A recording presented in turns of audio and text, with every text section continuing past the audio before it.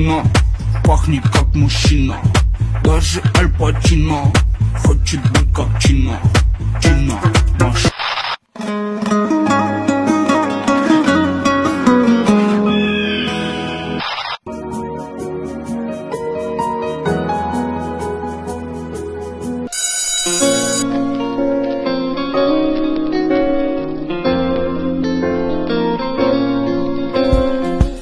Aslan menen bul күні жігін жастан біз, әңгімені әзілменен күліп бастармыз.